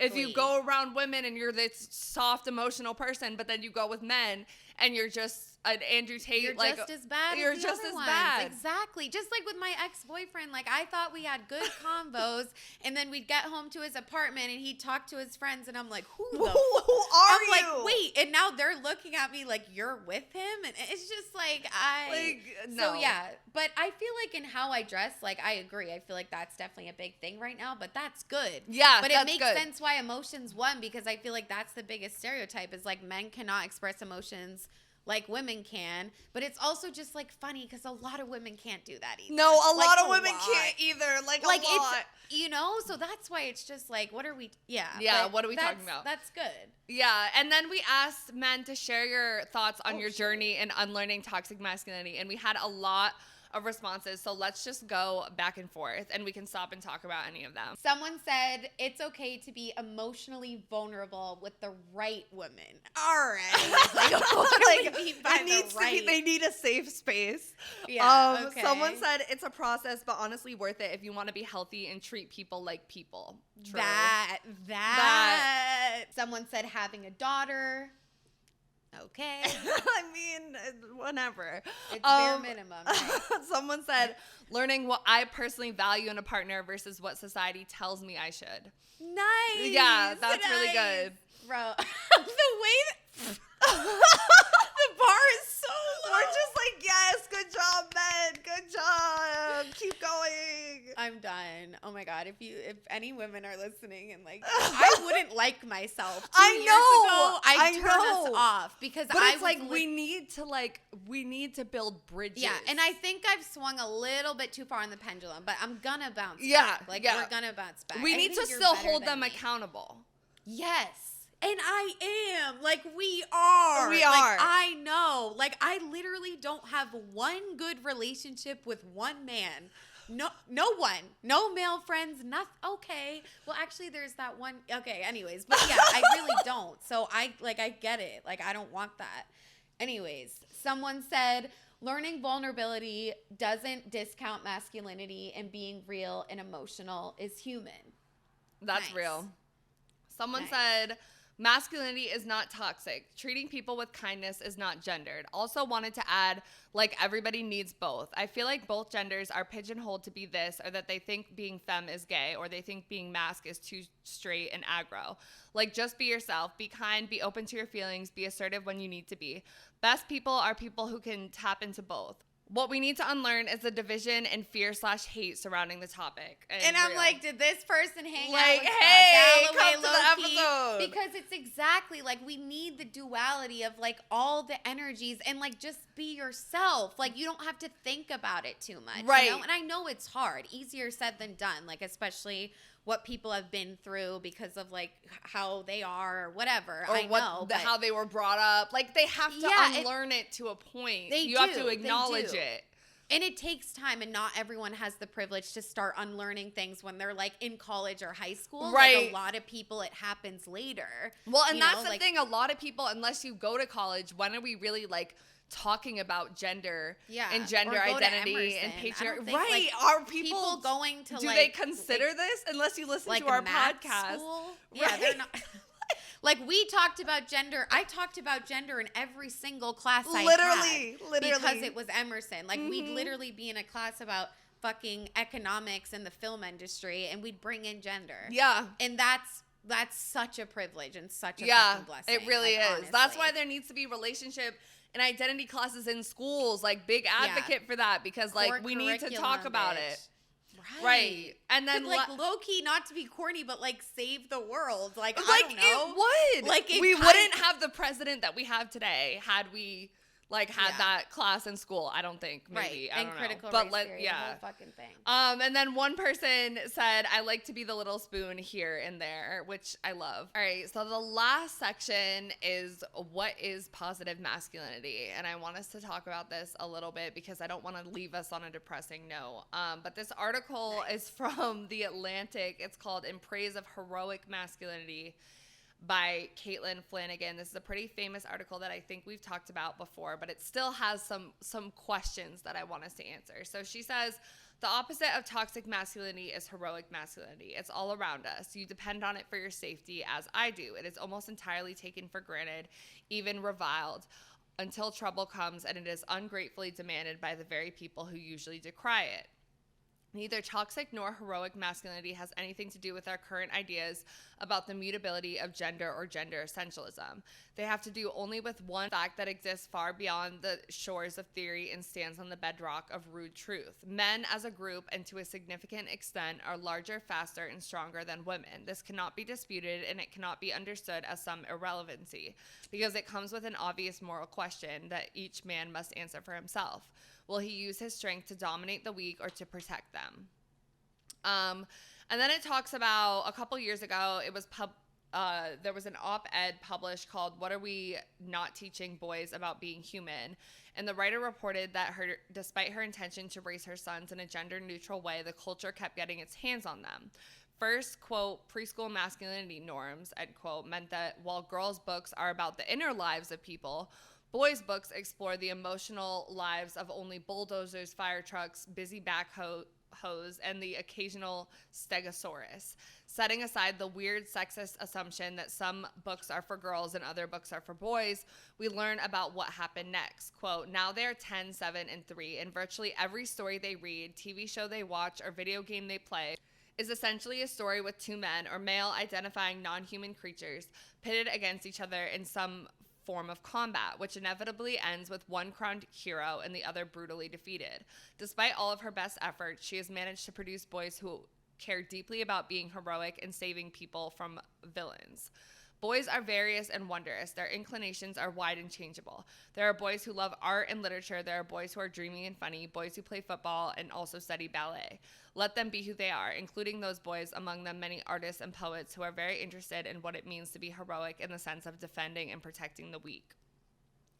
And then she talks about, like, if we don't give other examples of, like, what heroic masculinity looks like, then we end up with people like Andrew Tate, again, the manosphere, kind of echoing the other article. And she says essentially that if we don't give them strength as virtue, they will look elsewhere. But my thing with this a little bit to a point is, like, Timothee Chalamet, who is he? Chalamet. Whatever. Chalamet, because she talks about, I don't know how to say his fucking Timothy. Who is he, like, rescuing us from? Because she talks about, like, 9/11 and, like, the firefighters and all of this stuff and, like, the idea of being physically strong. But not all men are physically strong. And we see a lot of men, like, put such a focus on being physically strong in order to be, like, praised in this society. Right. But, like, why does it have to be feminine for, like, baby girl men, for example, for him to be into, like, poetry and art and all of those things, when in history, like, historically, men did build, like, beautiful sculptures and do art and practice poetry and all of these things. So Right. like, the idea of heroic masculinity, while I do, like, love it, and, like, I do want to appreciate, like, the men that are able to protect us and save us and, like, all of that stuff, I think it's still limiting, and it shouldn't be the only way that we look at masculinity, because not all men are huge beefy guys that are going to carry you out of a building. And it's like one of the, like, biggest stereotypes is, like, the big muscles, like a big man, like, he's gonna protect you, like, he could fuck someone up. So it's like automatically, if you're, like, a skinnier guy, it's like you almost just, like, look soft even if you're not, because you're just kind of like Timothy is, like, so skinny and just, like, weak SpongeBob arms. But, like I love him. Like, to me, I'm like, yes, I love a skinny man. And then lastly, we have a quote from Bell Hooks talking about men and boys. She says, being vulnerable is an emotional state.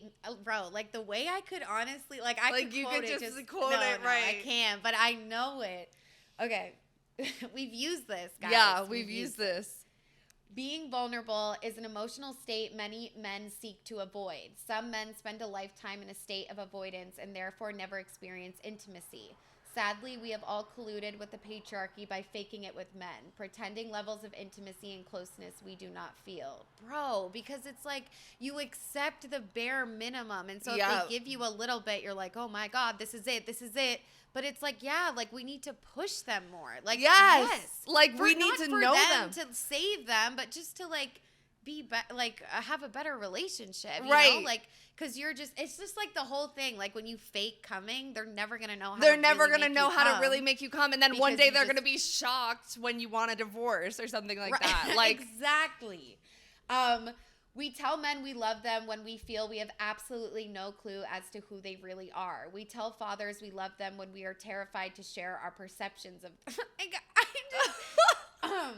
our fear that if we disagree, we will be cast out, excommunicated. In this way, we collude with patriarchal culture to make men feel they can have it all, that they can embrace patriarchal manhood and still hold their loved ones dear. In reality, the more patriarchal a man is, the more disconnected he must be from feeling. If he cannot feel, he cannot connect. And if he cannot connect, he cannot be intimate.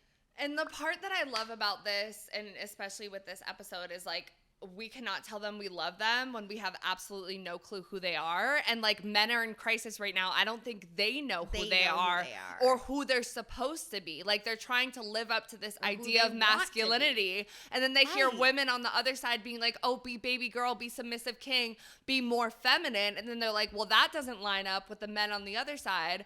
And we don't really give them the space to be like, you know, who are you? Like, all of that aside, like, who are you as a person, someone who's still a man? Right. And I know it was just a dumb TikTok, but when she was like, oh, like, let's just get you a crop top. Like, that is, like, what makes me think of it, though. Yeah. Because it's, like, I get that we like, want the men. And, again, like, the feminine word, I'm just, like, I don't know what it means for – like, it's almost, like, hard to even talk about it because it's just, like – I do know what it means for me, I think, but it's just, it's different for everyone. So it's just like such a weird thing. And it's like, I'm so guilty of it too, because I'll be like, I love a bisexual looking man. I know, like, what does that mean? We don't always have to be PC all the time. Right. And like, sometimes it's jokes and it's funny, and you know what I mean when I say that.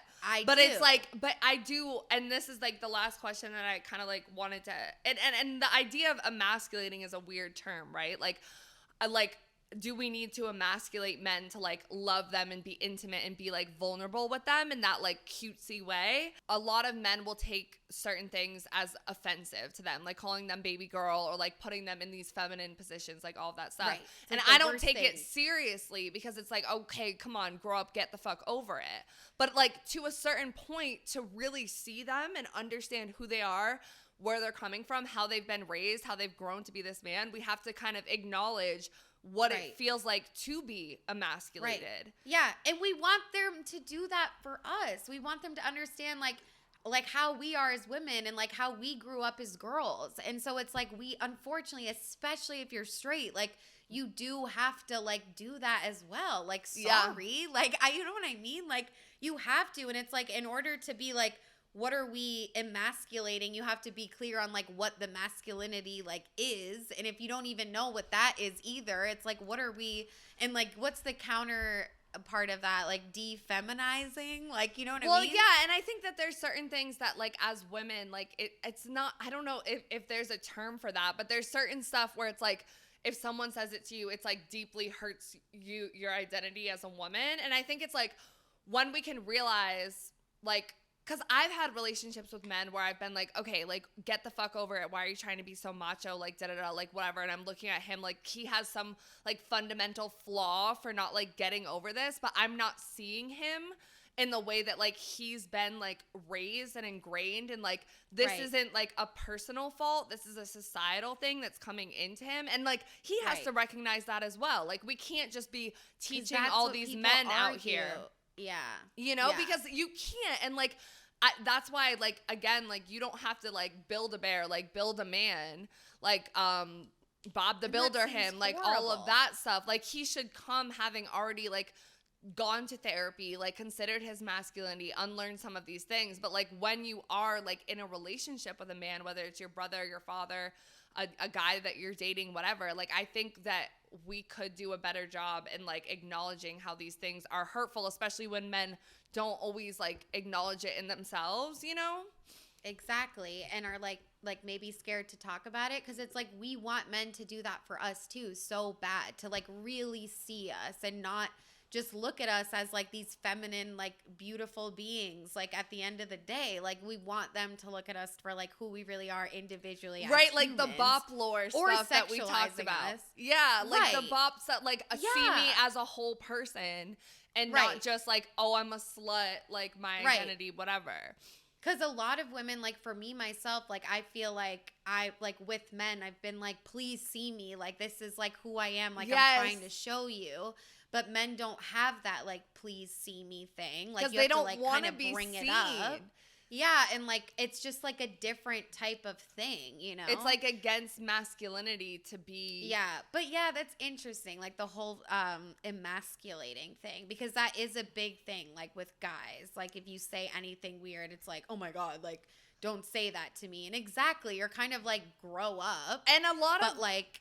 And a lot of baby girl men maybe have, like, already unlearned certain layers of that masculinity, and that's why they're baby girl. But then it's also, like, considering, like, you know, again, why does it have to be feminine for him to be this way? Like why do we have... Right, evolved. Exactly, evolved. Why does he have to, like... Like, I guess because women are the more evolved, like, species. Exactly, like, and that's why I feel like I'm leaning towards the men apologist thing, because we hold women to such a high standard. They should know, Right. But, like, if we're talking, like, for real, like, if this wasn't on the air and I was just say it to you, but it's like, yeah, but, like, women do know. Like, we it's know. Not they should know, but they just do. It's the pedagogy of the oppressed, though, too. It's like, we know our oppressor better than they know themselves. Like, because we have to learn them in order to operate around them. So it's like... And it's just, like, I say it so many times, but, like, if you're straight, like, you need to be, like, listening to this. Yes. Like, hard. Yes. You know what I mean? Like, you can't just, like, ignore that because, like, you want to be in love one day, right? Like, if you're a straight woman, like, and I just feel like so many women are, like, quick to just be like, this conversation is, like, stupid. Like, they just need to, like, grow up. And I get it. But and do you want a deep love one day? Do you want to know him? Because otherwise he's faking intimacy. Right. Most likely. Like, 100%. And, like, no one's, like, completely evolved. Like, it's going to take more work. And I think it's really important, like you said, like, people need to show up. They've gone to therapy. Yes. It's not, like, just take anyone in off the and street. be like, yeah. Right. Like, we as don't I've done do in the that. past. Right. Yes. I mean, yeah, same. Like, it's just, it's horrible. Because we want to nurture them and love them. And Yeah.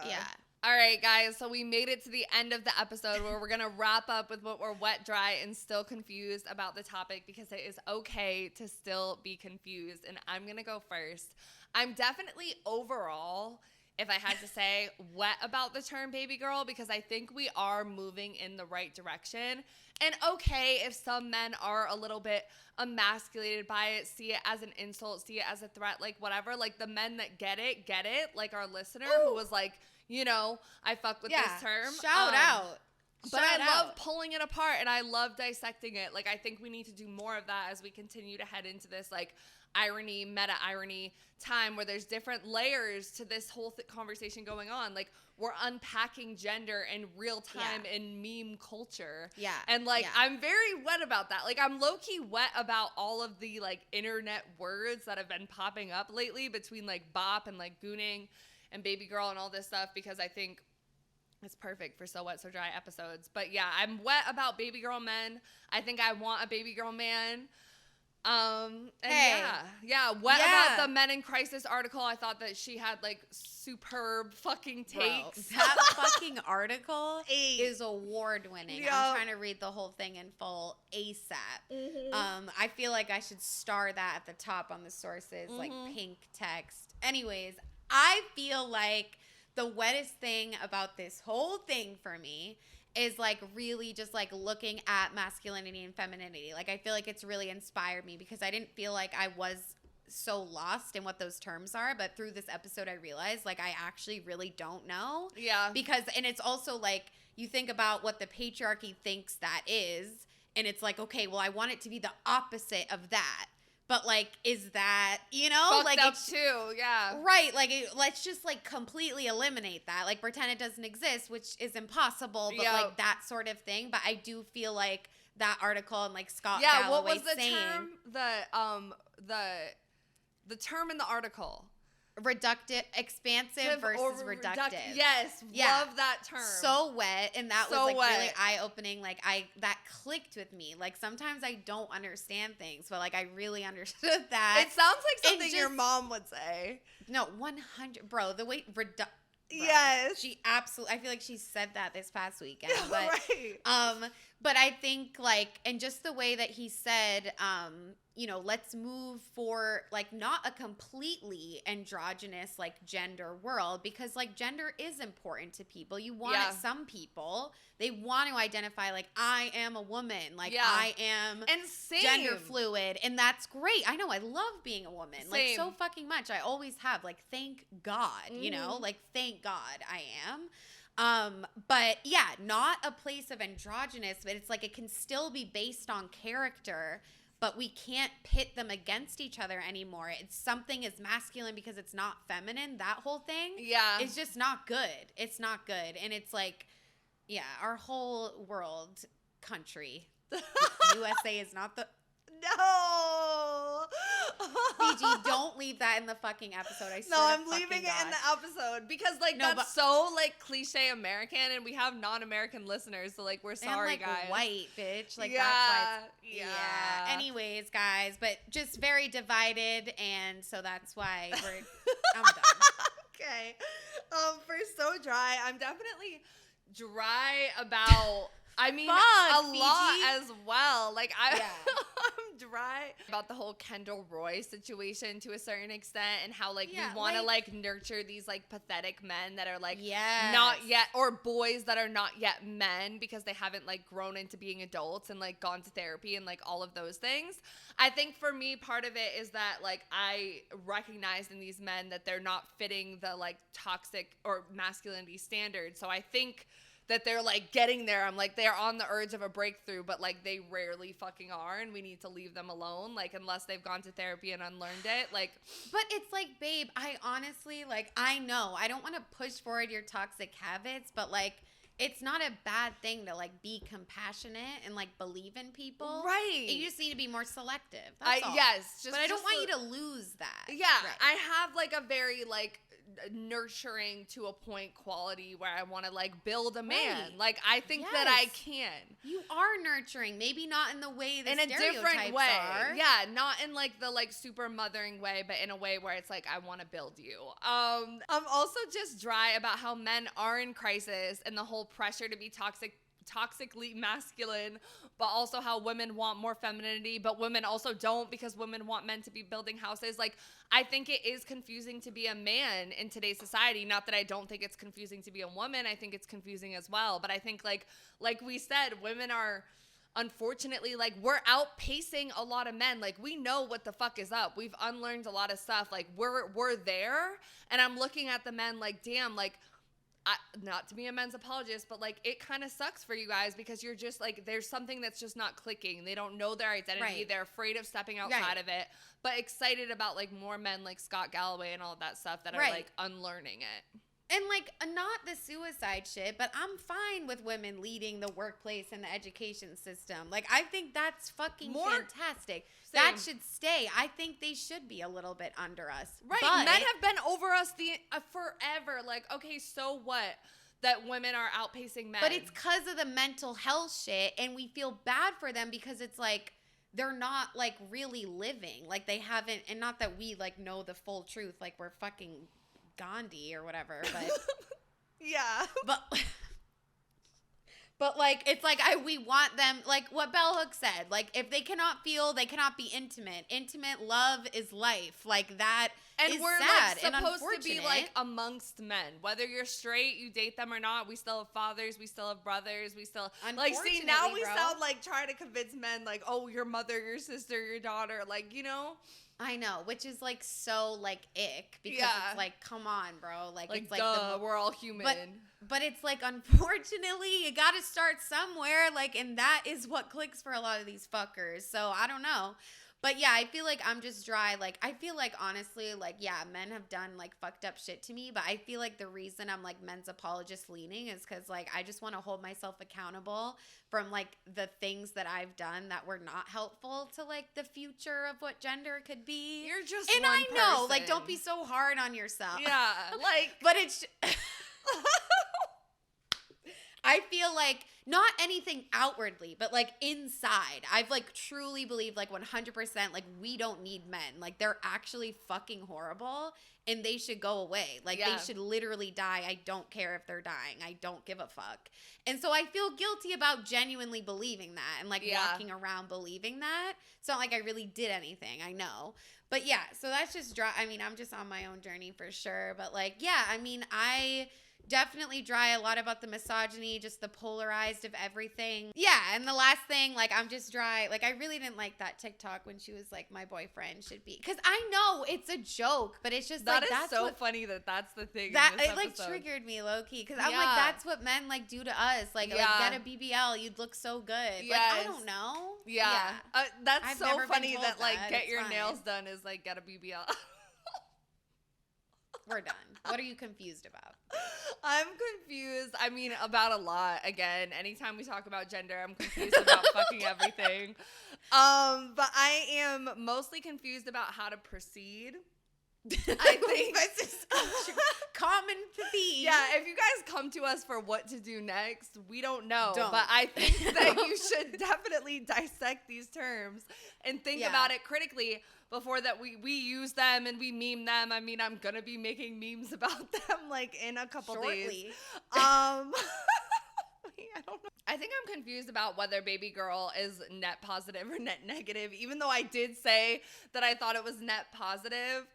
I'm like a little bit like, I don't know, because all the men in the polls were like, I don't want to be called these terms. So I'm kind of like, damn, like, is me being like, I want a baby girl man or I want a slightly bisexual man, is that like putting them off? Like, it wouldn't for the right guy.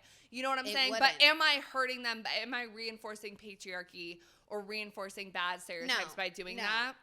No, I think you saying I want a baby girl, yeah, like I know. But I think you saying I want a baby girl man is not a bad thing. I think you going up to a guy and being like, damn, you look so baby girl right now would not be a good thing to say, because if he doesn't want to hear that, right, you know how men but are. exactly the point. So what should we be call? What should we be call? I guess I'm confused about they what have to we say should be it calling first. them. Just like if someone came up to you out of nowhere and was like, you look like a submissive slut. Like, no. But if I'm like, I'm a submissive slut, and they're like, yeah, you fucking look like one. Okay, true. You know what I mean? Like, but they what have is to a good claim it. term for them that isn't like emasculating and gets across what we're trying to say? I don't know. Right. It's like, and I'll just put this into my confused as well. We're having this discourse, but it's like, because a lot of it is sometimes it's like, I want a man that has unlearned his toxic masculinity. Like, that's kind of what we're talking. We're not really talking about poofy dresses. Like, maybe, and it's like, if you're into that, like, maybe you are. Like, that's like a physical, whatever. But it's what's like, the cutesy term what for really that? is baby girl? Yeah. Because if we look at Jordan, what's his face? He's not. Like, Jordan? he's like, Peterson? No. The guy from the show, Succession. Kendall Roy. Yeah, Jeremy Strong, yeah. Kendall Roy, like, he's, like, he wasn't really giving evolved. He's, like, more that, like, pathetic. So I think there's, like, multiple definitions going on. I think what I'm just also confused about, too, is, like, exactly like what you said. Like, we got bop, we got gooning, we got baby girl, and like arguably, like, I feel like gooning is like, that's like a thing, like men are like happy about it, whatever. But I feel like baby girl and bop are two like very big, like, and submissive and new breedable. Yep. Yeah, submissive and breedable. Right. That should be some words on the thumbnail, breedable. But yeah. That was just for you. But yeah, it's all really confusing. And I think it just really matters, like, how we talk about this stuff and, like, knowing when it's just jokes, when it's really ironic. Will you ever really know? No. Like, someone could be so fucking serious and you could take that as a joke. 98% of what I say is a joke on here. I don't even know unless I wasn't joking. Like, so yeah. So just But get it or don't. Yeah, this was a crazy wrap up, guys. But that about does it for this episode. Let us know if you liked it in the comments below. You can subscribe on YouTube, follow on Spotify and Apple. Also, please rate us on Spotify and or Apple and other podcast ratings. It would mean so much to us. Make sure you're following us on all our social media, Instagram, TikTok, at So Wet So Dry. The O's are zeros. You can also follow Fiji's personal meme account, which is Fiji the Siren. I haven't posted on there in like forever. Okay, anyways, I'm just being funny. But you guys can follow us on our personals too, like Autumn Kyra, So Wet, like all that shit. Twitter, yeah. Okay. Yes, we also have listener support. It's $9.99, $4.99, or 99 cents a month. It is in the bottom of the description of every single episode, no matter where you guys are listening. And we love you guys so fucking much. We will catch you in the next episode. Bye. Bye. You're always late. Bitch, if you were in my POV, no, I wasn't. You can go now. I thought I might stay over tonight. Oh, but I don't want you here. Yeah, yeah.